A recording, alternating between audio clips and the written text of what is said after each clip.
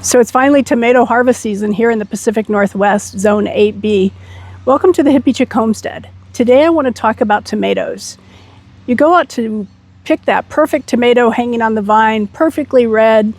You go to pull it off the vine and discover that it's mangled, it looks horrible, it's got blossom end rot, it's splitting. It's just not the tomato that you envisioned when you planted them. So let's talk about things that can go wrong with tomatoes and whether or not they're still good to eat despite their flaws. So the first issue I want to talk about is blossom end rot. You can see it on these San Marzano tomatoes. And it's just a rot that happens at the end of the tomato where the blossom was. It's pretty common in certain types of tomatoes, paste tomatoes especially. So that's why it showed up in these San Marzanos. What causes it? It's an improper uptake of calcium in the plant. Notice I didn't say lack of calcium in the soil. A lot of people add Tums or eggshells trying to improve the calcium in their soil. And the calcium content is probably fine, but this still happens. So what happens is the plant is getting inconsistent watering. It's drying out too much between waterings, and that affects the plant's ability to take up calcium from the soil and feed the plant. So address your watering issues, try and be more consistent with your watering, and it's very likely that the problem will disappear. If you're still thinking that it's a soil imbalance, the best way to check that is to have your soil tested, and it will tell you what you need to add to address these kinds of issues. The next issue is fasciation, or cat facing as it's known. You can see it at the blossom end rod of these tomatoes, and it's pretty common with heirloom varieties. These are Black Krim and a Mortgage Lifter, both heirloom varieties, and both have cat facing. Typically caused by some kind of improper pollination. A lot of times you'll go out and you'll see that two flowers have fused together, and that's a pretty sure sign that you're going to have a tomato with cat facing. Still good to eat. I still use these. This one may be a little bit harder to use because it's got a pretty severe issue of it, but they're still good. Just cut away that part, cut away the core of the tomato, and the rest of the tomato is fine.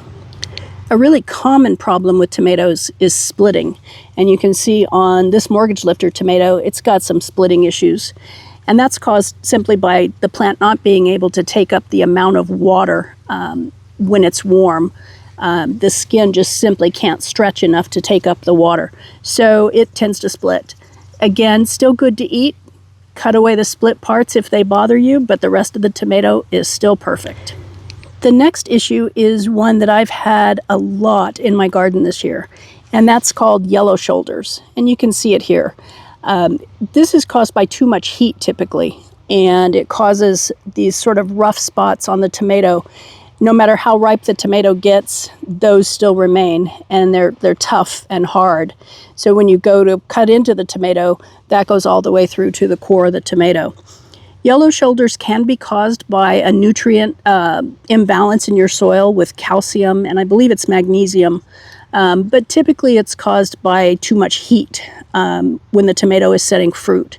So again, I've had this pretty extensively in my garden this year. We've had some pretty warm days. I simply cut it away and use the rest of the tomato. This is a Mortgage Lifter tomato, so it's a good slicer, so I just slice that part away. The rest of the tomato tastes fine. I've had it hit my San Marzano and my other paste tomatoes pretty significantly this year, so when I process those for canning, it's a little bit more problematic, but again, I cut it away and the rest of the tomato cans just fine. If you are concerned that you've got this going on and you don't think it's heat related, you can have your soil tested to see what's going on with your soil and whether it is a nutrient deficiency or imbalance. I'll also post a link to a video that I watched that explained this and explained why it happens, and was really helpful for me in my garden. So what kind of issues did you have in your garden this year with your tomatoes? Did you have blossom end rot? Did you have cat facing? Were your tomatoes splitting? What kind of things happened when you went to pick that perfect tomato and discovered that it was somewhat imperfect? Let me know.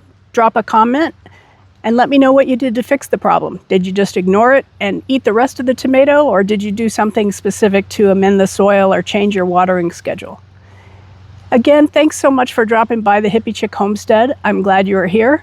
I hope this video helps explain some tomato issues that I've encountered and that you might encounter in your garden. And please don't forget to hit the like and subscribe button. It helps my channel, and I really appreciate you dropping by. Thanks again. Take care, y'all.